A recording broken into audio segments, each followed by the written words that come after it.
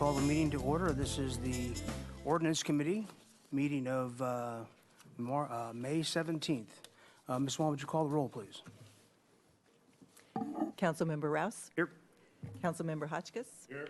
And Councilmember Murillo? Here. Thank you. All right, very good. If there are any public comments with an item not on the agenda, do you have any speakers list, Ms. Wong, for anything? For not on the agenda? Or? These are all on the agenda. Okay, very good. Then I will close public comment. All right. And I'd like, well, there's a fair amount of people here. We've got a lot of material to go through, so I'd like everybody's indulgence on behavior. No clapping, no cheering, no booing, please. Especially don't boo the chair. And I want to address why we're here today. Because last November, former council member Dale Francisco and I asked the council to allow the Ordinance Committee to look at the negative impacts of excessive on-street recreational vehicle parking in our neighborhoods. The city has been struggling with this issue since the early 2000s, and we still receive consistent complaints from residents and businesses. Our focus has always been on protecting the health and the safety of the community. We don't care who is driving or who is occupying an RV. The city's regulations have been carefully designed by the council to balance and protect the rights and interests of everyone who is involved. As I mentioned, we have been engaged in this process for almost 15 years.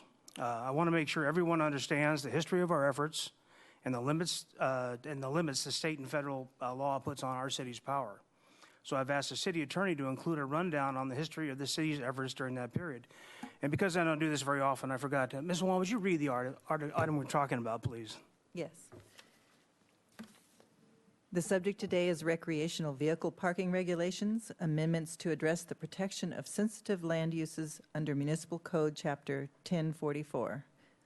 Thank you. And at this time, I'd like to invite our city attorney, Arla Kalan, to make a presentation. Thanks, Chair Rouse, members of the committee. With your indulgence and my apologies to the audience, I'm going to use the lectern. It'll be much easier. I have about a half an hour worth of comments, and it'll be much simpler for me to do it from there. Thanks.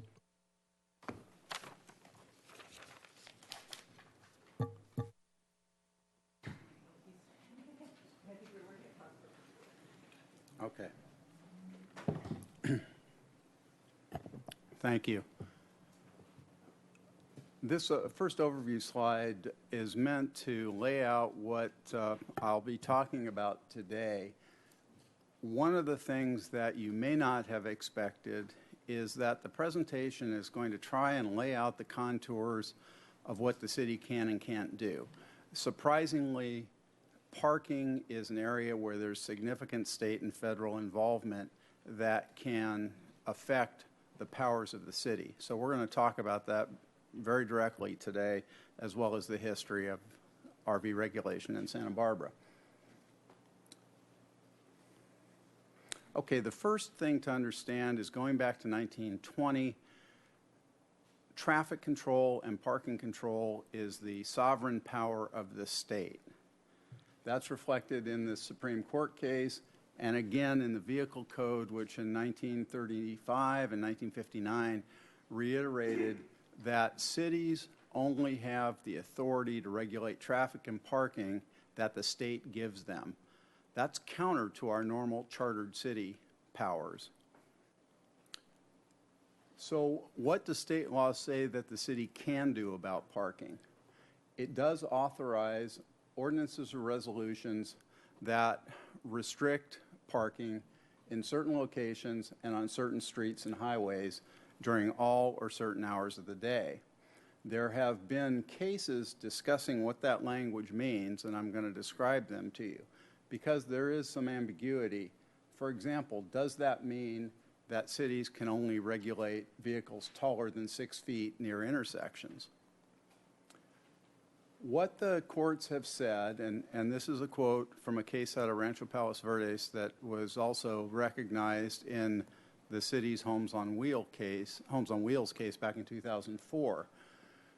What the court said is that the Vehicle Code authorizes the city to decide which kinds of vehicles to regulate parking for. There is no requirement that the city ban all vehicles or none at all. What else can we do about parking? The vehicle code authorizes vehicles to be removed if they're parked longer than 72 hours in one place. That means towed. Let's talk about what regulations we already have on the books. First of all, we have a 72-hour prohibition that implements that state law grant of power, so that here the police are authorized to remove vehicles that are parked on the street longer than 72 hours. In addition, back in 2008, the City Council enacted 1044-205. That's the section that currently most directly regulates RV parking. And the way it does it is it establishes specific locations where the Public Works Director, with the advice of the police chief, is authorized to post no RV parking. Those criteria are based on a description of land uses in the ordinance. And that principle, the idea that certain land uses need protection from recreational vehicles, if you will, is something I'm going to ask you to think about as we go through the presentation. In addition, we have an anti-camping law that applies to recreational vehicles. The difficulty with this is that, as I understand from the police department, people who are spending the night in a recreational vehicle learned very quickly not to answer the door if the police come knocking. And that makes it essentially impossible to enforce this provision of the municipal code. Okay, what is an RV? Our ordinance defines it as described up on the screen. Obviously motorhomes, but in addition, trailers, travel trailers, and campers, whether they have power or not. Likewise, what is camping? This definition is important from a constitutional law standpoint. When you describe camping, you need to be very specific and clear about what kind of behavior you are regulating. Otherwise, the law might be vague constitutionally, so that it doesn't inform people about what behavior they can't do. Here, the last sentence is the most important. The City Council probably, I haven't researched why the council did this, but probably for constitutional reasons, the council exempted sleeping outside with a sleeping bag. That's become more important in the last 10 years. About 10 years ago, a case came out of the city of Los Angeles where the Ninth Circuit Court of Appeals, the federal court that covers Santa Barbara and Los Angeles, said that a ban on overnight camping on the streets was cruel and unusual punishment if there were no shelter spaces available at the time. That case was settled, and that case law became mooted by the settlement. Interestingly, last year, the Department of Justice, in a case out of Idaho, has taken the position that the cruel and unusual punishment argument is still there for camping when a person with no other place to go has to be on the streets.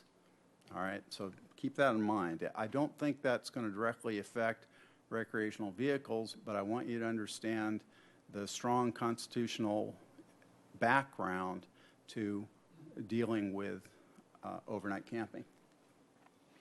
Okay, the city has an unusual zoning ordinance as well that permits off-street parking of RVs in certain areas. Specifically, it allows up to 5 at a time in certain church and nonprofit parking lots. It allows 1 per parcel in areas within the M1 and CM zoning districts. The notion behind that provision for the M1 and CM is that the RV dwellers will be parked off the street, and they would provide some kind of security or supervisory service by being there overnight. That was the premise. Finally, the ordinance allows RV parking in certain city lots, and you've designated those lots by resolution, which we'll get to in a few minutes. Okay, let's talk about the history of what we've done since 2002. In 2002, the council enacted an ordinance that did 2 things.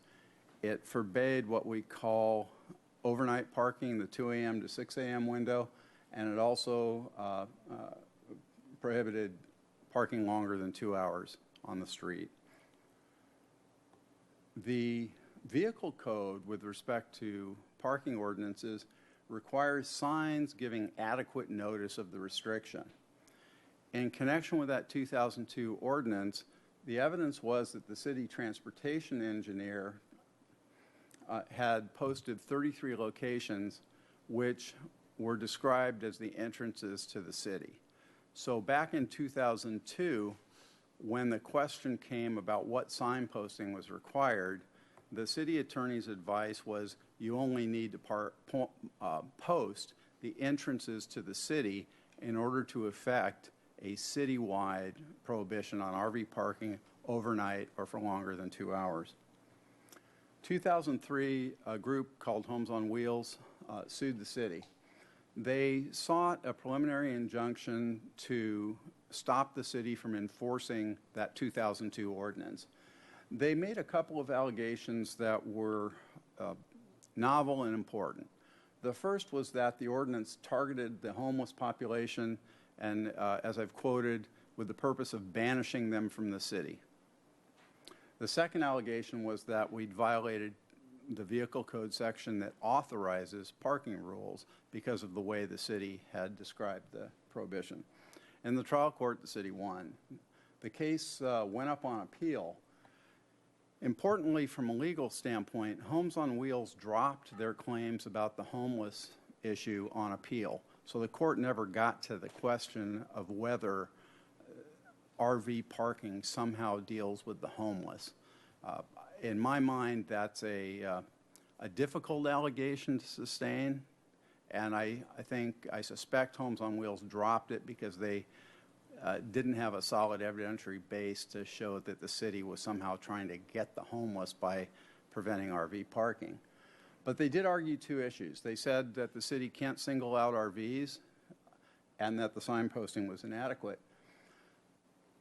The case was published, which means that it makes precedent that other courts have to follow, other trial courts have to follow, and that we have to pay attention to. And it did so on two issues. First, it confirmed that the all vehicles or none standard was not the law. Homes on Wheels' assertion that the city could not ban only recreational vehicles is wrong and was wrong. But the city lost on the signposting. What the court said, and this was at a preliminary injunction stage, so there hadn't been a full trial yet. What the court said was that the only evidence in the record was the city attorney's oral argument that 33 locations was enough to provide adequate notice. The court said that wasn't right. However, the court did not direct that, as I've quoted, the city must post every street corner in town. All it said was that there was no evidence to support that posting only 33 entrances to the city was adequate. So we have a fuzzy legal issue still about how much posting is due when you exercise the city's rights under Vehicle Code 22507. The case, after the Court of Appeal came back for trial preparation, it was worked on for a couple of years. The trial court, Judge DeBelfay, ordered a mediation, and the result of that mediation over a period of time was an 8-point settlement agreement. And I want to describe that settlement because it influenced how the city acted over the next several years. First of all, there was a concession from Homes on Wheels, and the concession was that the city could implement an overnight RV parking ban in what it described as the waterfront area, basically areas south of the freeway. There's a map that describes that. And the city could implement that ban posting only the entrances. So despite the Court of Appeal saying there hadn't been evidence to show posting the entrances was adequate notice, the city and Homes on Wheels agreed that at least in this limited area of the city, seaward of the freeway, posting the entrances was adequate. Secondly, the city agreed to expand the RV safe parking or alternative parking lot site program that was in the ordinance I described to you, churches, nonprofits, M1, CM, city lots, by no less than 8 spaces. The settlement caused that zoning ordinance I described to be expanded to include the M1 and CM parking allowance off-street. The city was to attempt to give priority to RV dwellers in affordable housing options. The city was to support encouraging more nonprofit participation, church and nonprofit participation in providing off-street RV parking. So the city really made a strong commitment not to allow RVs on the street, but to try and find off-street parking, which would, without compromising the city's interest in traffic safety and street health and safety, provide alternative locations for those who can't afford to pay for a private site for their RV. The settlement also included an alternative dispute resolution procedure in the event there were disputes between people neighboring the churches where safe parking was happening. And finally, the city paid $20,000 in attorney's fees. In 2007, the council came back and, in very good faith, in my view, implemented the settlement agreement. Ordinance 5411 created the waterfront no parking area. It amended the zoning to allow the off-street parking in the areas I've described. The council also enacted the resolution described in the ordinance, and that resolution authorized, in that case, New Beginnings to manage the off-street parking program that the city had established. It also designated 3 city lots for off-street RV parking. As I've got up on the screen, the Carrillo Castillo lot, the Coda commuter lot, and the Garden Cabrillo Visitor Center lot. While the settlement agreement only called for 8 spaces, the city provided 14. In 2008, for reasons that are not clear in the record, the staff came back to the city council almost immediately after the settlement and asked for broad authority to post no RV parking signs wherever staff felt it was necessary. The ordinance committee didn't accept that approach. The ordinance committee at the time in 2008 was worried that that was too much authority given to staff.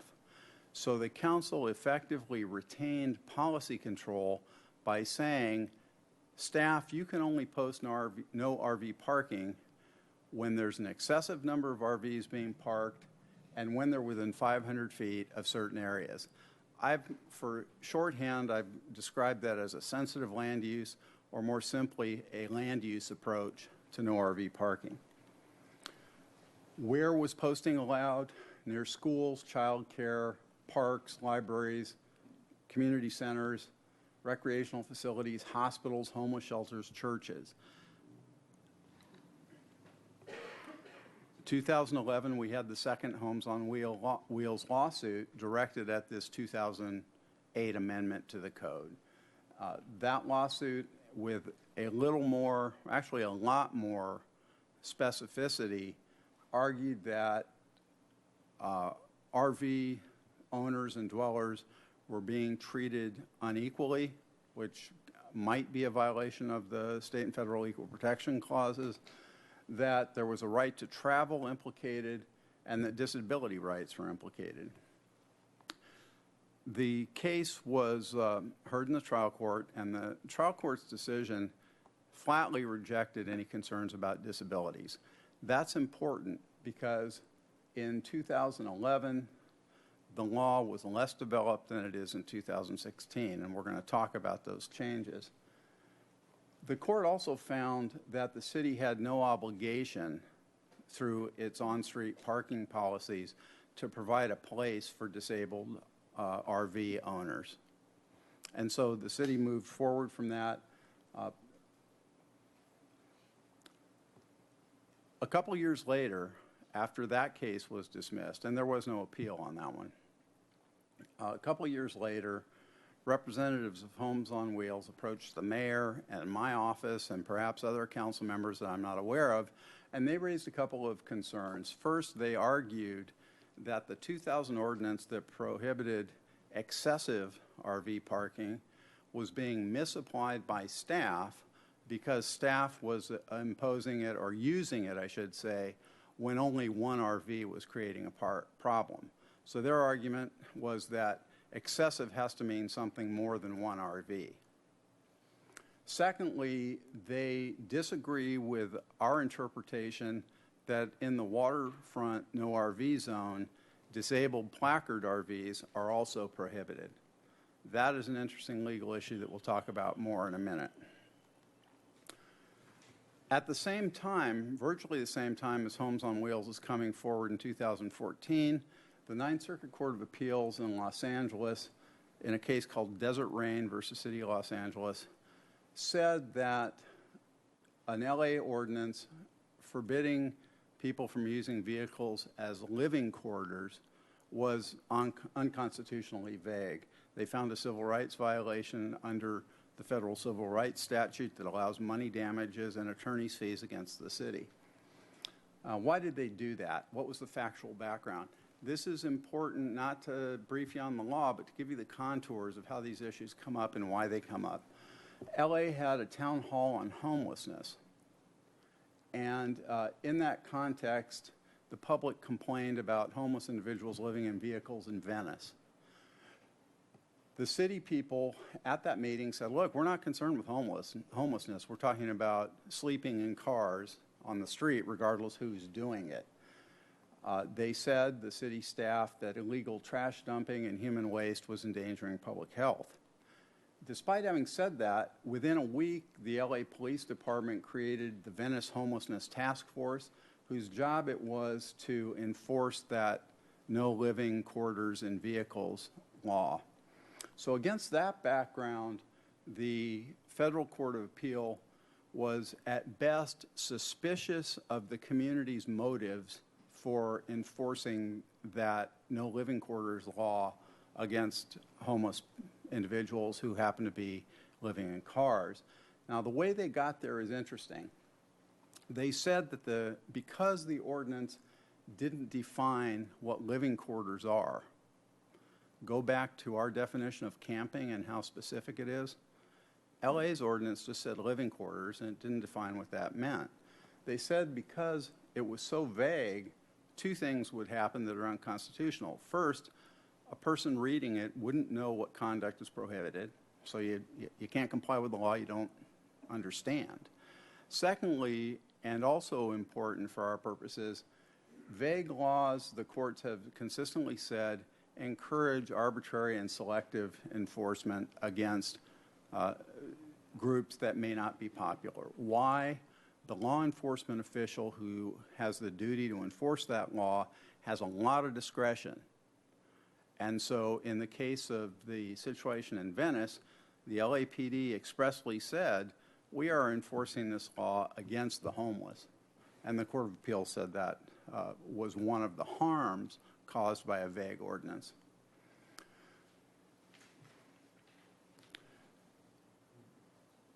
The court also described that living quarters was so vague that somebody driving through LA with a sleeping bag in the backseat of their car could be accused of violating that ordinance.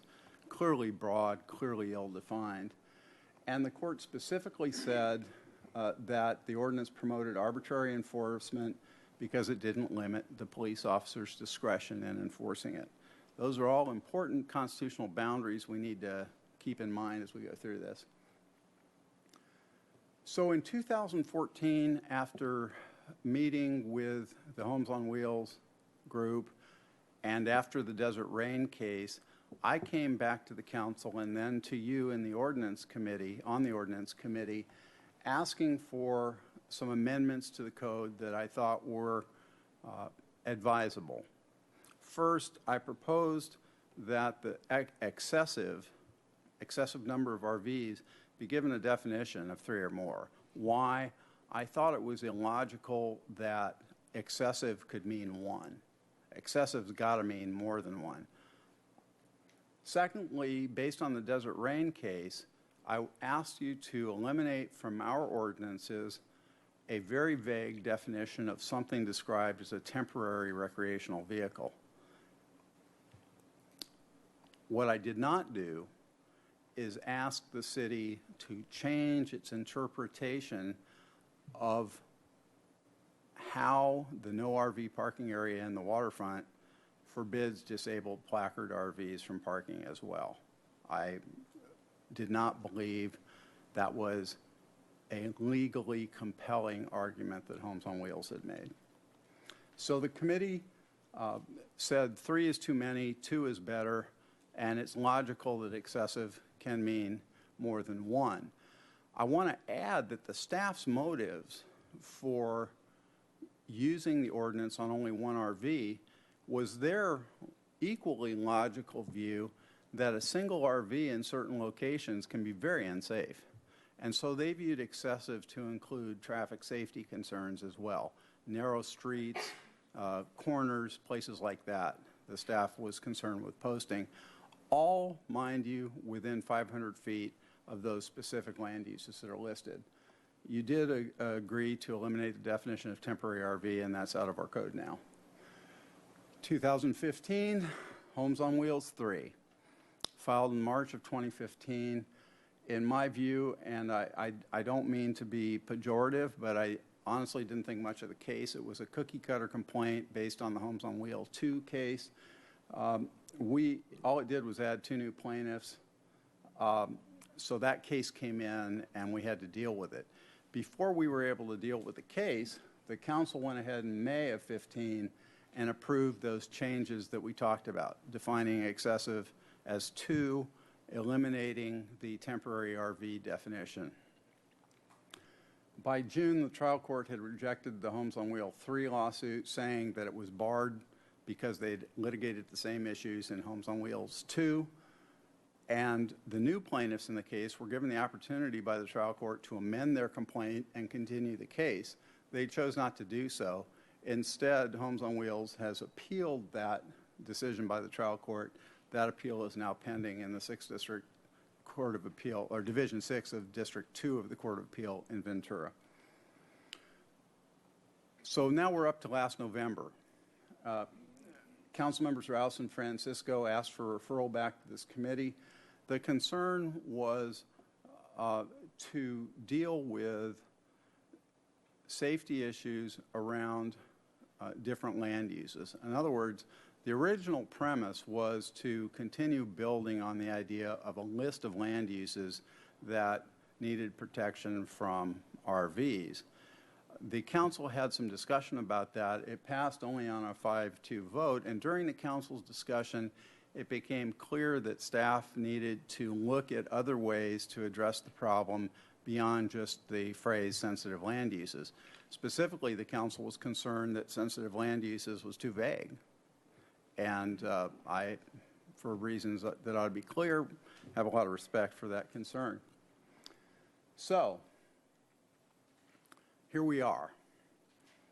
What do we know about on-street RV parking impacts? This part of the discussion is important because, in addition to what you're going to hear today from people who want to speak to you, this represents the factual basis to justify why you would be regulating. Now, when you're legislating on parking, I don't believe the burden is very high for the council to prove the regulation needs to be there.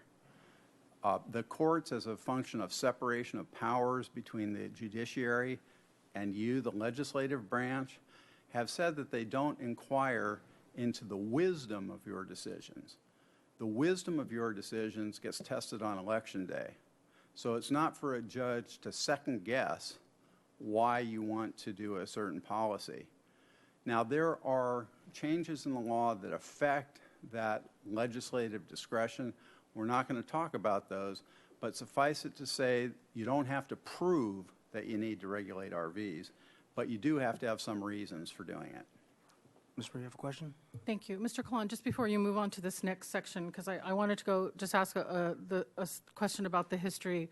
So there was a settlement agreement between Homes on Wheels and the city, and somewhere in the slides, it seemed like the city was enforcing giving tickets in an area that was supposed to be okay for RV parking, north of 101, if I'm, is that right? There was an agreement that there could be no RV parking signs in the waterfront area, but the other area was supposed to be okay. Do I Well, have that right? Yes and no. At the time the settlement agreement was entered into by everybody, it did not prevent the city from posting in other parts of the city. Okay. It authorized limited posting in the waterfront area, but it didn't outright say city's not going to do anything else. And the reason is pretty obvious, that it's not within your power as a city council to limit the authority of future councils. There are very few areas where you can do that. So that's why in 2008, the staff felt it had the ability to come back and ask for the land use-based locational RV restrictions that it did. So let's talk about the facts. Community health and safety. The concerns expressed about RVs have ranged from litter and sewage disposal to noise, the size of the RVs, and impacts on residential privacy. I think those are legitimate. What is not legitimate is code that attacks the status of the person in the RV. We don't talk about those people or the homeless. That kind of attack has been found by the Ninth Circuit Court of Appeals to suggest that the city council has a discriminatory motive. So I want to be very clear that from a staff perspective, we are not concerned at all with the status of the people who happen to be parking these large vehicles on the city streets. Traffic safety, the size of the RVs is an issue. It's a real issue. They're often very large in relation to the width of the street and in relation to other vehicles. They cause line of sight and street width challenges, especially on narrow streets in the city. Finally, and this is about as far as I go about status, RVs are intended to be temporary living spaces, but our streets are not designed for human occupancy, even when it's temporary. There's no human sanitation, no utilities, no open space, no garbage removal provided for somebody who parks on the street. So whether it's a significant issue or not is for you to decide, but the reality, the factual background here is that the streets were never intended to house the unhoused, whether they're in a vehicle or in a sleeping bag. What are your regulatory options? Two described up on that slide. What I've characterized as locational traffic safety and oversized vehicle regulation. What is locational traffic safety? What does that mean? It means adding to the list of the land use categories in the existing ordinance a provision that allows the staff to post no RV parking signs where it's necessary or desirable for traffic safety reasons. It's not land use based. It doesn't depend on the conclusion or implication that somehow RVs are harmful to hospitals, schools, churches, and those kinds of uses that are enumerated in the ordinance. What the draft ordinance in front of you says is that the purpose is to avoid the impairment of the safety of travel by cars, bikes, and pedestrians. The streets can include narrow ones or where sight distances are impaired, but it's not limited to that, meaning if the city's engineers feel there's a safety issue posed that's not related to sight distance or narrow travel lanes, they'd still have authority to post. This approach continues the 2008 council direction to have the council direct and limit the staff's exercise of discretion about where RV posting would happen. And it does it not by looking at land use, but by looking at a clear policy rationale of traffic safety. And that guidance, traffic safety, is relatively specific guidance to staff about how they're to exercise their judgment when they post no RV parking. The other approach is oversized vehicle regulation. I put that in there not to suggest it or recommend it, but to let you know that it is commonly used in many cities in California. And what this proposal would do is forbid oversized vehicle parking citywide.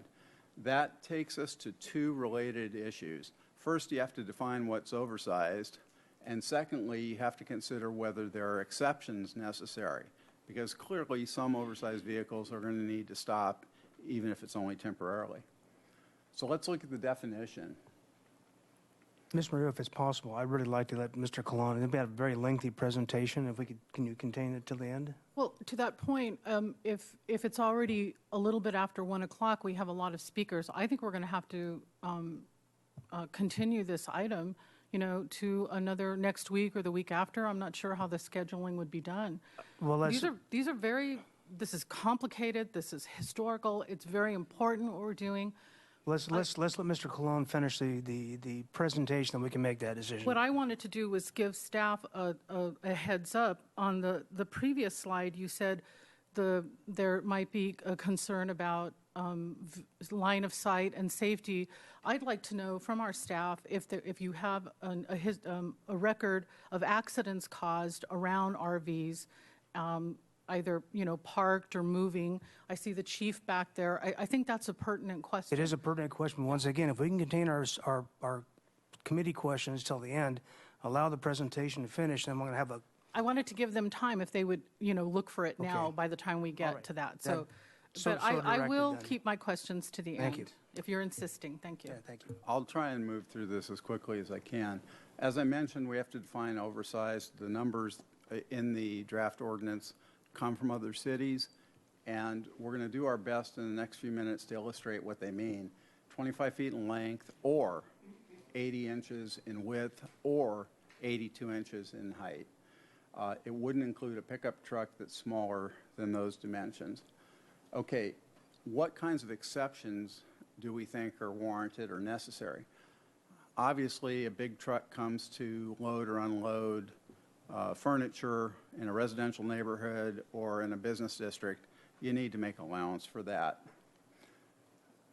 If a vehicle's broken down, they need to have time to make a repair. If we're talking about government safety vehicles, they should be exempt. Disabled placards. We will discuss that in a few minutes.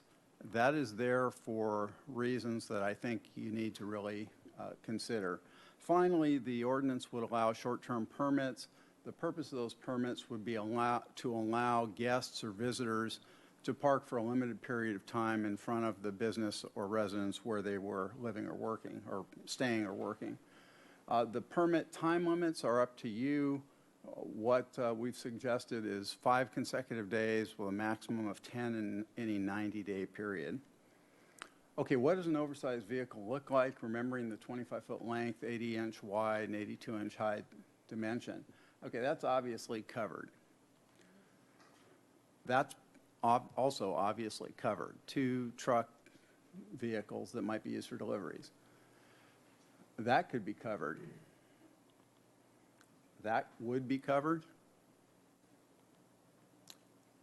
Let's talk about RVs specifically. There are really 4 classes of RVs that, as I understand it, Type A are the big ones. They are certainly going to be covered because of height and width, if not length.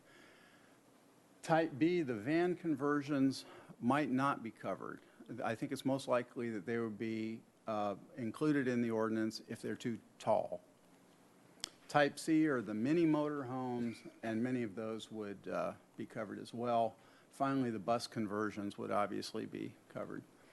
Now, let's look at some pictures with dimensions that we know about. Mini motorhome, the red on the screen is intended to tell you where the dimensions would violate the proposed ordinance language. The length of that vehicle is fine, the height and width are not. The length of that vehicle is fine, the height and width probably are not. The length of that vehicle is fine. The height and width probably are not. That's 30 feet. That's prohibited by the length restriction. That's 36 feet. That's 25.6. That would be prohibited because of the length, height, and width. And finally, a bus conversion, or what I would view as a bus conversion. And that beast. Now, let's talk about parking for the disabled, and I'll wrap up. The vehicle code makes special allowance for people with disabled placards, and it allows disabled parking without time limits in certain areas. And those are streets where there is preferential parking, like a resident permit program and height limits, parking zones with posted time limits, and at meters they can park with no charge. But the state law also says disabled placard holders are not allowed to park in an area where an ordinance reserves the area for special types of vehicles. That's very important in trying to understand what our obligations are with respect to the disabled. What does that phrase mean? What does reserves for special types of vehicles mean? I can argue and would argue that by prohibiting RVs, you are in effect reserving that area for other vehicles. So I think that means, and as we've interpreted our existing RV prohibition, we're not compelled to allow disabled placard parking in those areas because of the authority in the vehicle code. That's never been argued in court. The question is that a reservation for specific kinds of vehicles, or is it an exclusion? And if so, is there a legal difference? I don't know the answer to that. Case law on disabled parking is favorable for the city. Out of Camarillo, we had the Spicer case. There, the question was whether a disabled placard allowed an individual in a car to park for more than 72 hours in a neighborhood where there were no posted time limits. The court said no, the disabled parking rights don't allow you to trump an ordinance that forbids 72-hour parking. Let's talk about the ADA, and this stuff is new since the last time the council's been dealing with it. And that's why I really need to get into it with you. The ADA says that disabled individuals can't be denied the benefits of services, programs, or activities of a public entity. What does that mean?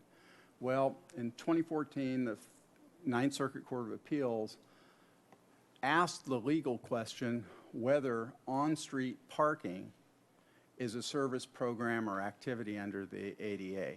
I don't know how you pronounce it. I've called it 40N. It might be Fortune. I don't know. Versus City of Lomita. Now, the facts there are important. Lomita had 0 on-street disabled parking. No blue curbs. None whatsoever. So it's an extreme case, and it makes it difficult to interpret how it applies to a community like Santa Barbara, which has a lot of blue curb parking.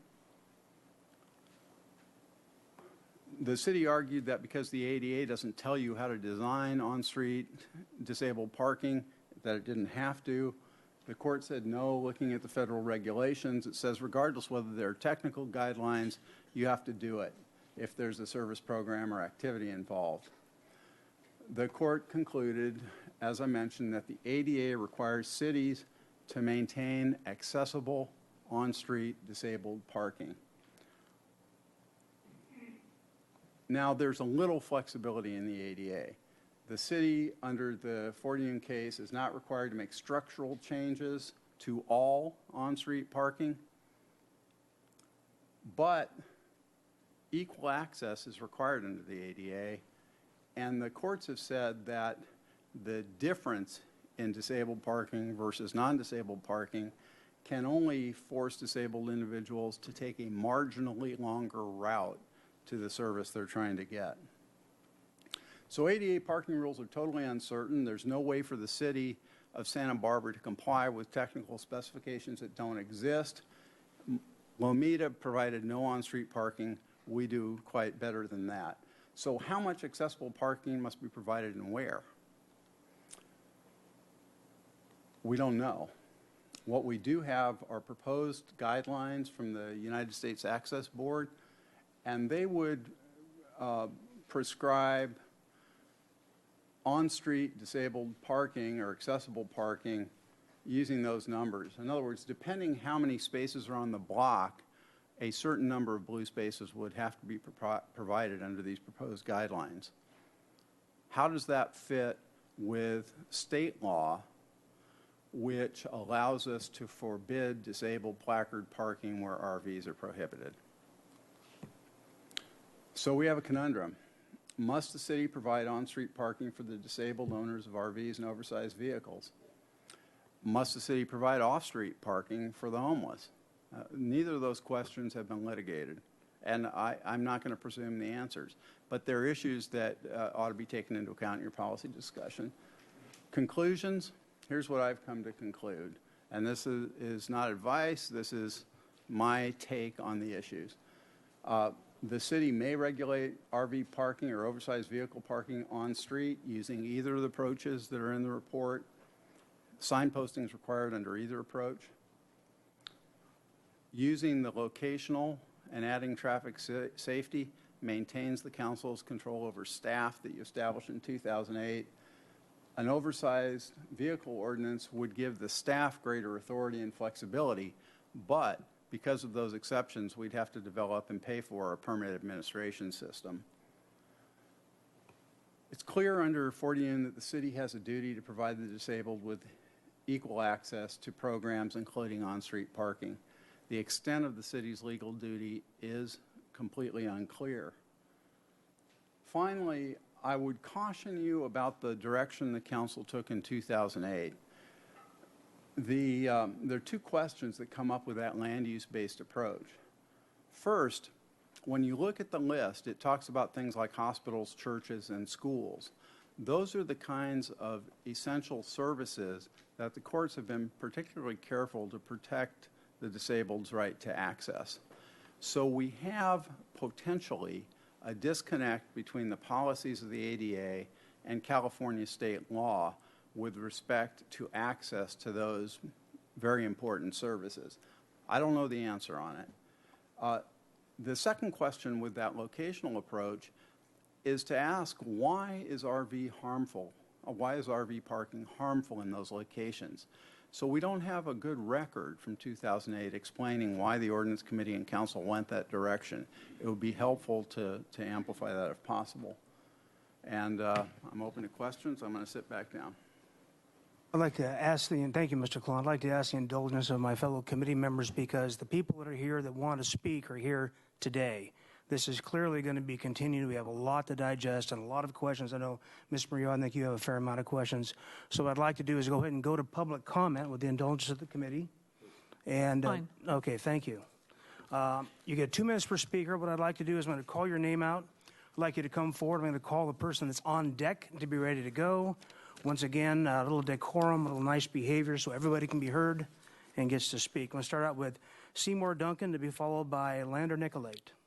Mr. Duncan, you have 2 minutes and there's a timer up there you can see on the dais. Council, thank you for allowing me to speak. I've lived on Cliff Drive for going on 30 years, and I've seen many dozen accidents. And the one area where I'm concerned about is it's on a 25 to 30 degree turn about 7/10 of a mile from the center of the Mesa Shopping Center. And there's been a vehicle parked there for going on 2 months. And they'll move, 2 or 3 feet and come back. They have a vehicle. There was a lady living in it with 2 cats. And we found a mutilated cat on the side of the camper, so I don't know what happened there. But the thing is the area where this camper is located it's a dangerous area because it's a bicycle for City College. All the kids, a lot of kids walk by it. They're afraid they have to cross Cliff Drive to the mountainside of Cliff Drive because they're afraid to walk past this camper, because there's always something going on. There was a period where there was pretty heavy fumes coming out of it. I found several bottles of urine on the side of the road, which I don't know why somebody did that. But the thing is, for me, it's a safety problem. One of my secretaries hit an RV and smacked it with her head because she was trying to avoid a car, and she hit an RV. And this RV has mirrors sticking way out of it, and there's always bikes, and they always have to go out into the road on the curve where the traffic is. So for me, I see that. I've seen it so much, and I just worry. And it's going to happen. I don't know when. And I've seen them pour gasoline into the tank, and I don't think that's safe at all. But the person just stays there for months at a time, and I have a camper. I'm always traveling too. So I don't like seeing people abuse what they have, from the city. The city's been very good to them, and I just don't like seeing somebody take advantage of what is given to them with parking like that for months at a time, and it's not right. All right, thank you. Okay, Lander Nicolate, refiled by Deborah Barnes. I also live on Cliff Drive and would like to express my support for the council committee here and their efforts to effectively regulate the RV parking problem. Like the previous speaker, I've observed those kind of things. The RVs tend to intrude on the newly striped adjacent bike lanes, and I've seen bicycles have to swerve out into traffic. They're, in addition to being unsightly, I think they're unsafe. And currently the 72-hour limit on parking is frequently circumvented because the owners of the vehicles will just move them, sometimes just a couple of inches, and then move them back, and this goes on for months. And so we need to have some kind of a regulation that addresses that. I've even suggested moving defining the definition in the 72-hour limitation of moving as moving it 4 or 5 miles away, and not being able to bring it back for 30 to 60 days, something like that. But that's a job for the city attorney. So, but anyway, I'm definitely support the proposed ordinances. Thank you. Thank you. The next is Deborah Barnes, followed by Kath Webb. Kath has offered her time to me. Thank you for allowing me. I'm sorry. Kath Webb has offered Okay, her time. you have 4 minutes. Thank you. Thank you for allowing us to speak on this today, even in the short time.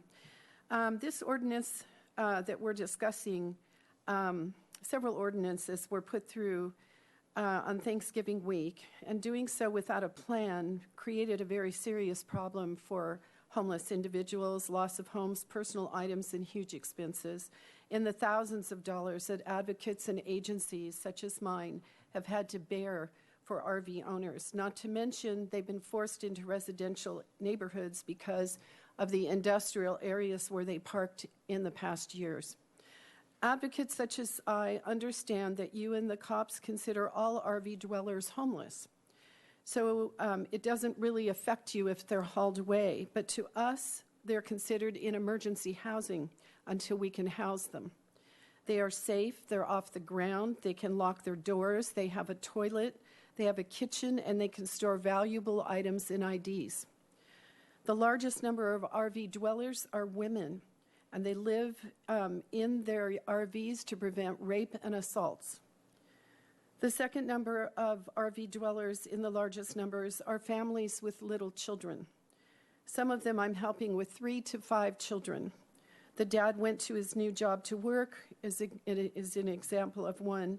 The mother walked the kids to school and returned to find their home hauled away due to the 72-hour issue with a paper clip that the cops used to put on the wheel.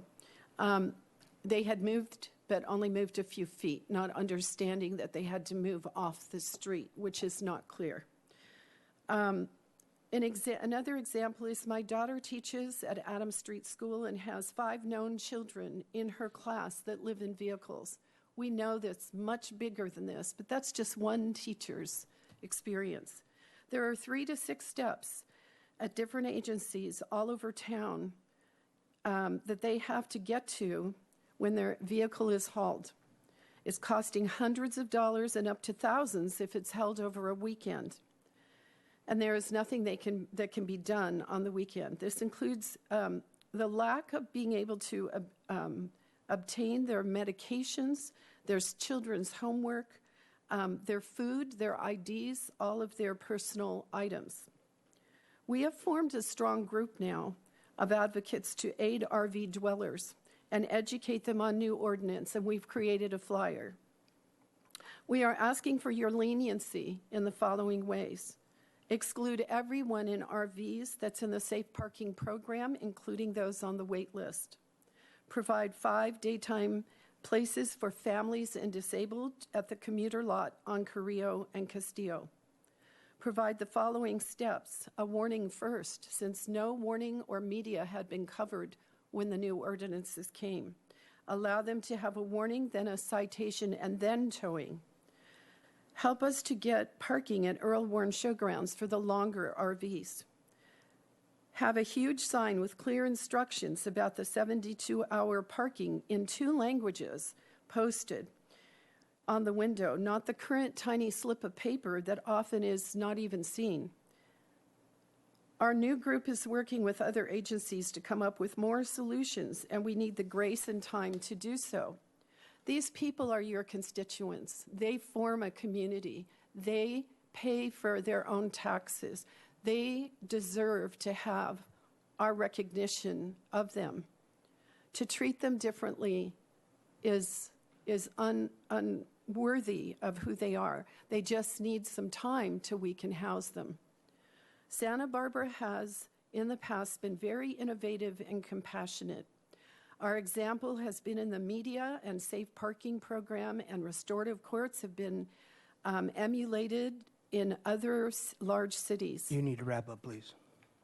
Let's show the innovation and consideration in helping to find parking for these people. Thank you for your time. To ask Ms. Barnes just a couple of questions. So I'm hearing, Ms. Barnes, so you work with people who live in their RVs. So are there more people on the streets right now? We're hearing that there seems to be more. Mean more in RVs? No, people we have living- less in RVs than we had in past years. So we maybe it's because the city is controlling where they park in the industrial and waterfront. So they're in the neighborhoods now, and that's why it seems They're like more there's visible. more. Okay, so Yeah. they're more visible. They're more visible. Okay. And the people who, you're saying there's families in there, and you know that because those are the people that you serve. That's correct. And they go to school, and They work. They go to school. so most of them work because they have to pay for their vehicle and Right. their gas and insurance. Right. Okay. Registration, everything else. Right. Okay. And so the group that you put together, I'm sorry, is it under the auspices of C3H or It's going through independent? Worth Street Reach right now, my Worth Street agency. Reach. Okay. And they're going to choose the name at our next meeting. And we will be instructing them, helping them, handing out educational information. There's a free dumping station at Marburg. There's all kinds of things to aid them. So it's an educational process because where they were and where they are now is quite different. Thank you. Thank you for your consideration. Mr. Hodgkins, I'm going to ask us all to be mindful that we've got a bunch more speakers to get through in a short time. Real quick question, if I could. How many people are you serving now? 28, and 7 of them are families, and 17 are women. Okay, and you mentioned some small piece of paper that's sometimes overlooked. Do you have an example with you? It's the new tickets that are waterproof that they don't put in envelopes anymore. Okay. They curl up, and on a big, huge vehicle, you don't see them. So Okay. we're asking for a larger something to be Thank put you. up. Good. Thank you. Okay, we got Karin Jacobson, followed by Peter Marin, please.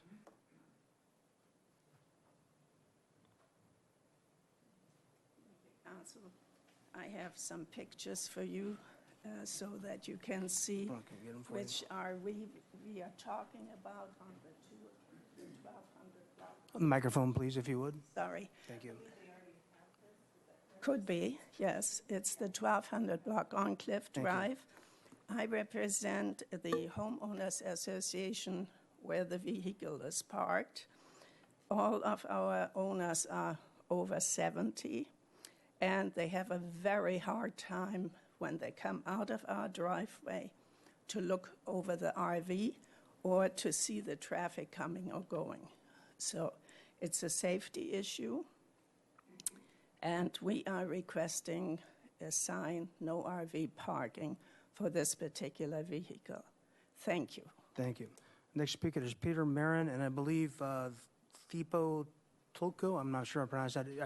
Are you giving your time to Mr. Marin? Thank you. I have 6 minutes. You got, My wife gave me 2 minutes. well, she didn't tell me that. Is she? It's And down there she is. Now you have 6 minutes. Thank you, Mr. Marin. Thank you. As you may know, I'm party to one of the suits to which Ariel referred.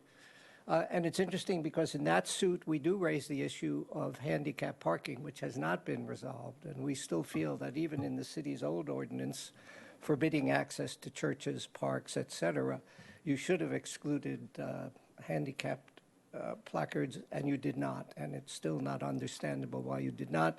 Those are the areas to which the ADA demands that people have access, and they're precisely the areas to which the city has denied them.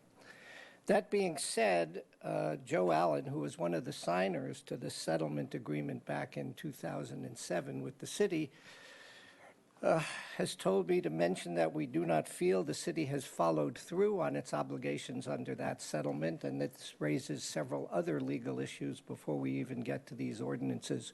For one thing, the Safe Parking Program, which was an RV parking program, is now a parking program mainly for cars. 30% of the vehicles, perhaps less, are RVs. All the rest are people sleeping in cars. The contribution of the city to the net cost of that program has diminished in terms of percentage. So basically, the city has not fulfilled its obligation in terms of supporting that program or finding more places for RVs to park. All of us agree that RVs should not be on the street. The question is, how far has the city gone to provide an alternative before it begins to ban them altogether? And I think that's a very serious issue. So there's the question of the old settlement, which raises legal questions, and now to the two ordinances which are proposed.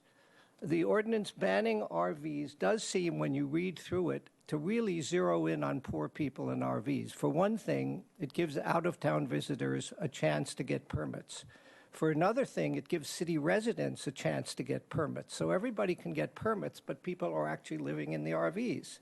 So whether or not that zeroes in on a population of impoverished people remains an open question, which the courts will probably have to decide. I will remind Ariel that at one point during the old case, the reason the city settled that case was because a smaller decision came down from the court which compared the city's RVs laws at that point to the Okie laws of the 1930s. And it was so very clear that they were not sympathetic to the city's position about RVs that the city decided to settle. We mustn't forget that. And more, the courts have become sympathetic to people in vehicles and to homeless people in general.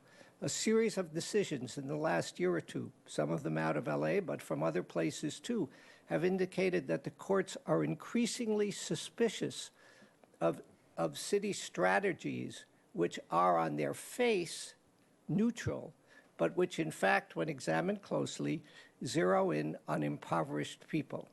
And our position then, our position in the present suit, and our position going forward in the suits which are sure to follow that particular ordinance are that you are zeroing in on the poor. I want to point one more thing out. Ariel spoke about the staff's interpretation of the phrase excessive number. And I think he implied that the staff was being overzealous in protecting people's interests. At some point, when we asked for public documents, we found that there was a list of prohibited streets for RVs that was 8 single-spaced pages long, and that the reason it had got so long is because the police were interpreting it in the most lenient possible way when it came to prohibiting vehicles on the street. So when they nobody had to interpret excessive as one or more. That was a staff decision. And it was prejudicial to people in RVs, as we know. We also know that most of the RVs being towed at the present time belong to people who have nothing save what's in the RVs. I'm the guy, with the help of certain donors, who retrieves those RVs when they're towed away. And I know they'll cost between $1,000 and $2,000 to get back. You may consider the people in them homeless. They are not homeless. They have shelter. They have shelter that the city cannot provide because we do not have year-round beds for people who are on the street. And what we do when they deprive people of those vehicles by towing them or saying they can't live in them, the city, is we deprive them of shelter. And you deprive them of shelter. Now, there's no argument about vehicles being on the street. But if you want them off the street, and if you want to allow people the only form of shelter they have, you really have to find places for them to park. And I find much more attention and much more energy spent on trying to get rid of the vehicles than I do on people finding places for them to go which are not on the street. That's about it. There is one more thing about the other ordinance which I want to point out. You use the argument that these vehicles are a danger on certain streets, and they probably are. So using that as an argument, you give the cities the power to determine where vehicles should go. And then in one line at the end of that particular ordinance, you say, but the power of the city to prohibit RVs from the street should not be limited to line of sight or to height and size or safety. And that's the problem with that ordinance. Basically, when you read that carefully, it gives the city authorities the right to ban RVs from any street they want to without further justification. And that is not legally defensible. Thank you. Thank you. Deborah Lynch will be followed by Martin Lynch.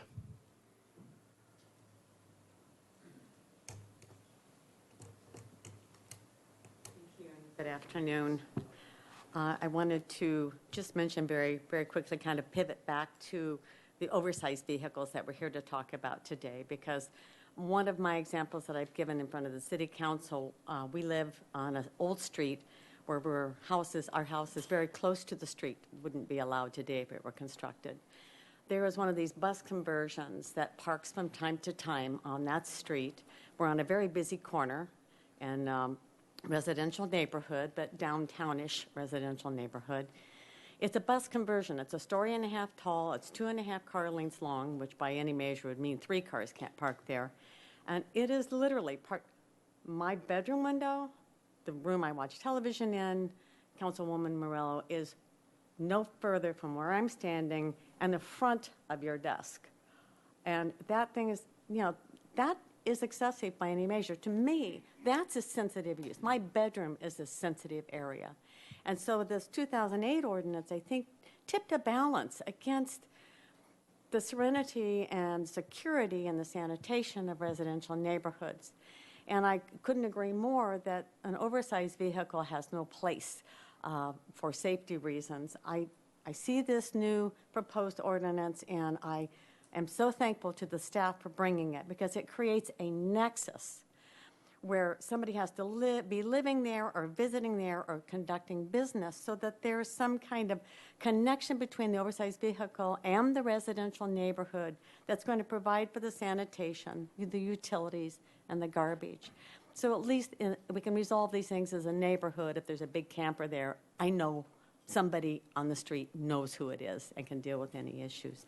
I support the ordinance, and I thank you so much for bringing it forward, and I hope the city can do more to provide places for people living in their mobile homes. But please, that shouldn't be my residential street. So thank you. Thank you. Martin Lynch will be followed by Cassie Roach, I believe.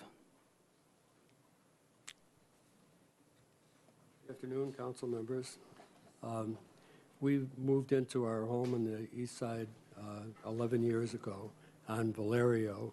And at the time that we moved in, there were very few RVs around. But over the years, as the restrictions have been eliminated and enforcement's abandoned, our streets and the streets around us became virtual campgrounds. We'd have 4 to 5 RVs within a 2 or 3 block area on our streets.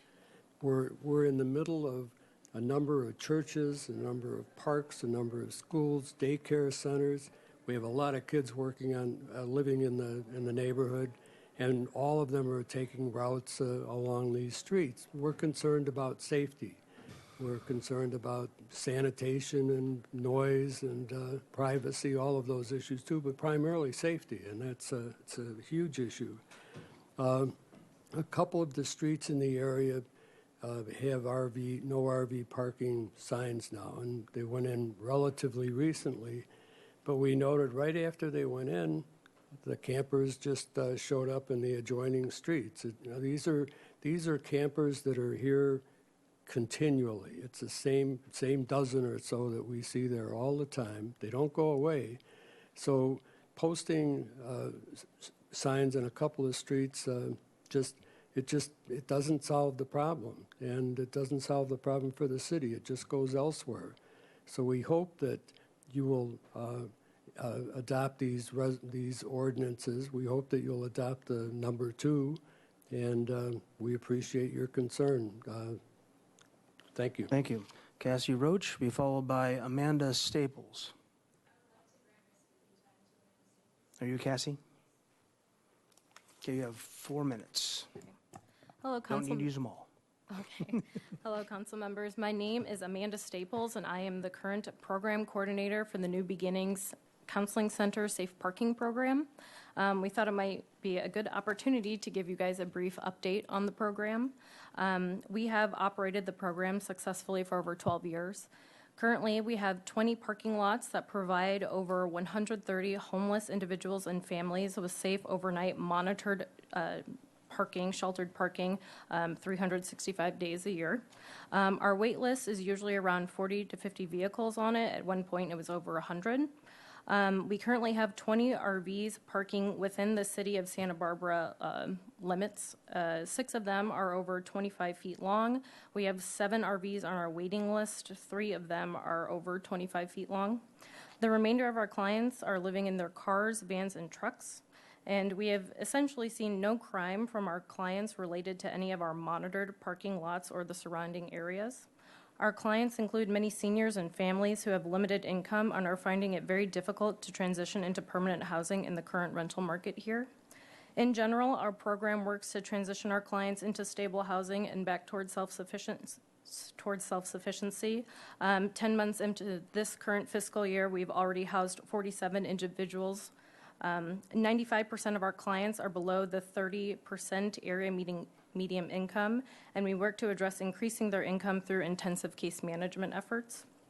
During the day, while some of our clients are able to park at their jobs or at their school, the others are now only able to park in a small number of locations, which is why there are clusters of RVs being forced into certain neighborhoods.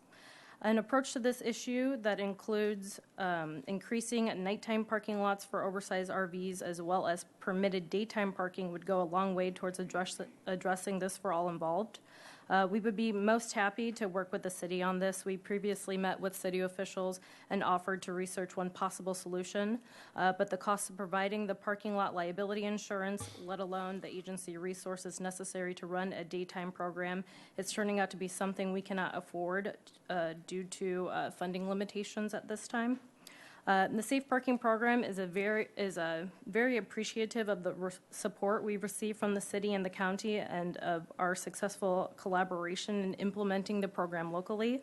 We've even connected with other city officials from Los Angeles, Monterey Bay, Eureka, Mountain View, Santa Cruz, Seattle, to provide technical assistance in their own implementation of the Safe Parking Program.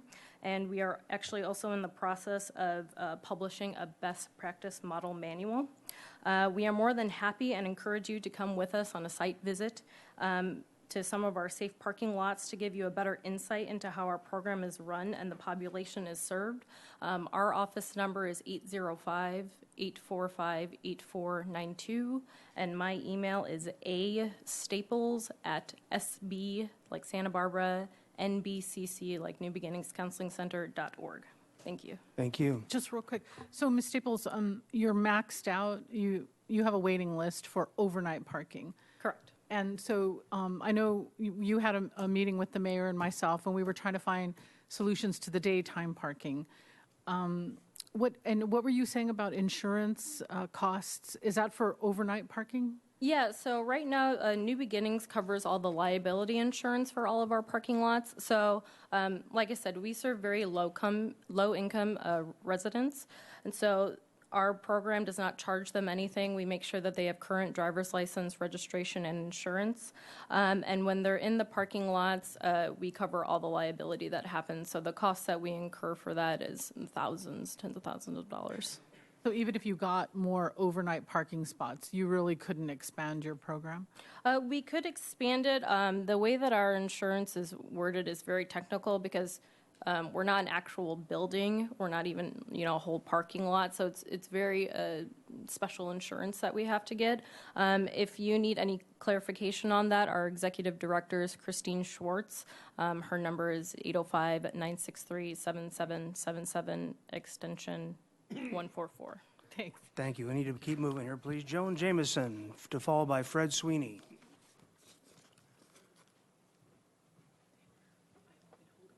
Good afternoon.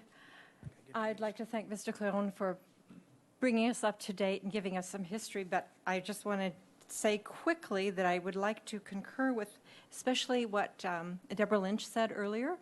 And I'd like to say that going back to 1044-200, which was some time ago, I think it had some good points in there because one of the things, the camping in residential areas, staying in there overnight, 72 hours, not camp. All of these things are, well, not the 72 hours necessarily, but camping is difficult to enforce. Like they said, nobody opens the door when they get the knock. So the idea that getting some place for these people to stay, if we are sympathetic, if they need to sleep in their vehicles, is something that needs to happen here in Santa Barbara, maybe more than it already is. But it cannot be on the backs of residential areas. They don't have the sanitation, there's the safety factor. And so I believe that a combination of what Mr. Cohn is promoting, the oversized vehicles, that is also safety and health. It's very important that we deal with that. The 2-hour limit was, I think, something to consider during the day. But the no parking of RVs or campers or what are they called, pickup campers, anything like that, between the hours of 2 a.m., 12 a.m., and 6 a.m., whenever you, on residential streets and maybe all over town, is something that I think is something seriously to consider because of the sanitation, the health, the safety, and the privacy issues. So I thank you very much and continue your good work, please. Thank you. Fred Sweeney, to be followed by Steve Forsell. Mr. Chair, Committee, Fred Sweeney, I'm president of the Upper East Association, so I'm representing our board of directors. I just want to share with you some statistical data we've been gathering. For several months now, we've had the opportunity using electronic media to monitor and survey over 260 households that are in our neighborhood. And just generally for everyone's education, the Upper East is defined by the city and defined by the association as roughly everything to the mountainside of State Street, to the Goleta side of Sola Street, all the way up to Mission Creek, and includes the area around the Santa Barbara Natural History Museum, and of course the Mission itself, and everything up to the bottom of the Riviera, roughly Olive Street and Roosevelt School. So to that effort, we've been monitoring and submitting information to our beat officer in terms of the numbers of RVs that we're identifying by our membership as it comes about. We did a survey over the weekend. We had 104 responses to try to determine just a couple of basic questions. Were they continuing to see RVs parked on their street? Was that deemed to be some sort of a nuisance or hindrance? Of that, over half of the responses said yes, that it was still a problem. Some half of those said it was very severe and were still quite concerned that RVs are parking in the residential neighborhoods for some of the reasons that other speakers have already addressed. We also then addressed the issue of signage because there has been some discussion about the Upper East and their opinions about signage. We asked that same question: if signage were required, would you want them, not want them, et cetera? It was divided about an even third, right down the 104 responses. About a third said they didn't mind, about a third said they wanted it to, wanted some, and about a third said they didn't want them. You don't need to wrap up, please. Okay, so we're seeing continued concern, and we also can see it as it continues to kind of creep up towards the top half of the neighborhood. And I'll Thank you. give it to Steve Steve. Forsell, followed by Michael Cohen. Council members, thank you. I'm also a officer of the Upper East Association, and Mr. Sweeney has laid out the survey we've done recently. I do want to commend Adrian Gutierrez and Brian Carr. They are the beat officers that I've dealt with over the last year. They've been very responsive and have done a good job in keeping us informed so we can pass it along to our members. Enforcement. I'm not going to express an opinion on option 1 or option 2 as I'm speaking for the association, but two things that do come up with regard to whatever option is chosen. One is enforcement. Is there really adequate numbers of officers on the beat that can enforce that, and how would they go about doing that? We'd have done, prior to this survey, we had been doing a survey that indicated how long certain RVs were in place, what they were, the license numbers, and et cetera, and we've given that in the past to Officer Gutierrez. So we have a mechanism in place, at least on the Upper East Side, to be able to determine how long people are staying and which motorhomes are there for extended periods of time. The other thing I want to mention is about the signs. Yes, Mr. Sweeney is correct in saying that we were split along lines about whether they wanted signs or not, but there were several comments about what kinds of signs. And when we went through this whole thing many, many years ago with street sweeping, the whole issue became, what are those signs going to look like? Well, they have put some signs in on Islay and Valerio, and they're pretty good. They generally go on another sign, and they're not really obtrusive, and so the type of sign is something to be considered in the future. So thank you for your time. Thank you. Michael Cohen, followed by Gary Linker. Hello. Good afternoon, everyone. My name is Michael Cohen. I'm in support of a strong ordinance to protect our neighborhoods from RVs. I also live on Valerio Street, and we did get the signs put up through the hoops of getting the beat coordinator cop to prove that there were more than 3 RVs there, closer to a school. I found the whole system a form of overregulation on the populace, and that I thought maybe I should just sell my house on Valerio Street and move into an RV, and I might have better luck. I wouldn't be paying high property taxes, and I could just move my RV around. I'd like to draw attention to this article that just came out of the LA Times on May 4th, and I'll pass this over to you. And that is, the title goes, "A Santa Barbara Safe Parking Program for Homeless People may be coming to LA." This, my friends, is a tourism advertisement for homeless people living in RVs to come on up to Santa Barbara, because we've already got a system here in place. I really think that the work of the New Beginnings is honorable work, and I think that they are handling such a challenging task with such little funds. And to see their list growing and growing, it is a very challenging question. But Santa Barbara, where does the line draw where Santa Barbara has to take care of RV dwellers? Where does the line come back to Santa Barbara taking care of its citizens? In my neighborhood, I have 2 small kids, and I don't want them to walk around the block anymore. On Castillo Street, it's a pull-off for a freeway. We're seeing not only homeless RV dwellers, but we're also seeing a good deal of travelers and tourists. I work in the tourism industry. My business is downtown.